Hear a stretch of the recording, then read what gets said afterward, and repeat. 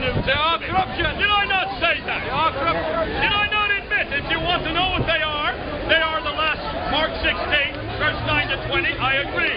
John chapter 7, verse 53 to John 8, 11. I agree.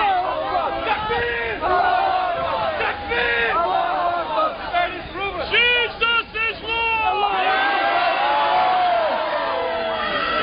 What are we talking about? What are we? Are you going to speak or am I going to speak? What are we talking about here?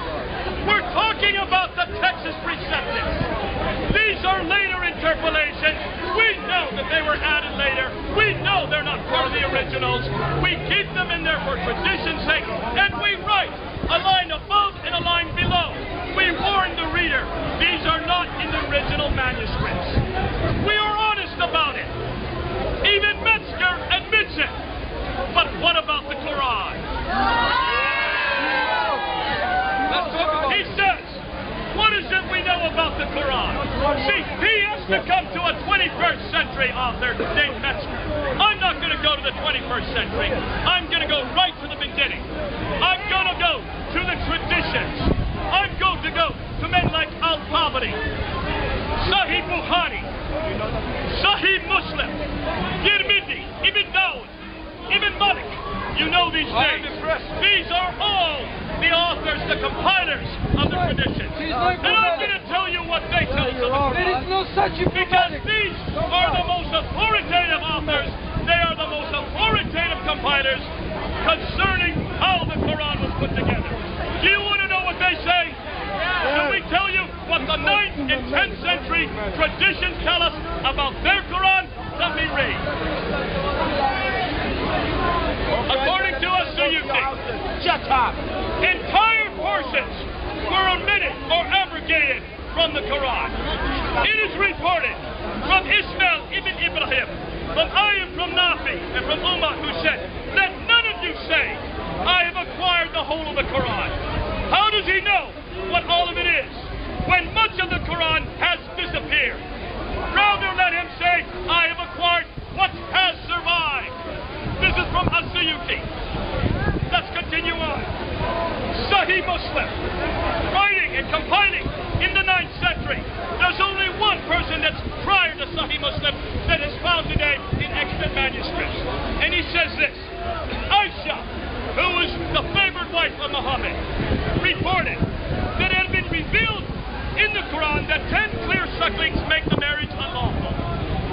Then it was abrogated by 5 sucklings, and Allah's apostle died, and before that time it was found in the Quran.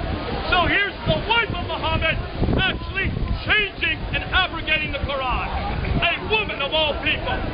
Now that's found in Sahih Muslim. Sahih Muslim also says about Abu Musa al-Shashari that an early authority of the Quran and a companion of the Prophet mentions a verse he once remembered, but that it no longer exists in the Quran. We used to recite a surah, and I'm quoting, we used to recite a surah which resembled the length and severity to Al-Baraat. I have, however, forgotten it, with the exception of this which I remember of it, and then he repeats what he remembers. What happened to that verse? It's completely gone. It used to be there, it's no longer there. Even Bukhari refers to a verse which was cancelled or abrogated from the Quran, and I quote again. We used to read a verse of the Quran revealed in the connection, but later the verse was cancelled. You have to say, can you trust Al-Bukhari? Every Muslim has to trust Al-Bukhari. He is second only to the Quran in authority. He is Sahih. He is perfect. Now what about the missing verse? The verse on Rajab that used to be in Surah 33. The verse which said that anybody who commits adultery must be stoned. Go to Surah 24 and go to verse 2 and you will see the verse of Rajab is no longer in the Quran. It has been thrown out and replaced instead of stoning with 100 lashes. Now let's see what Sahih Bukhari says about this. Allah said from Muhammad with the truth and revealed the book to him, and among all what he revealed was the verse on Rajab. And we did recite this verse and understood and memorized it.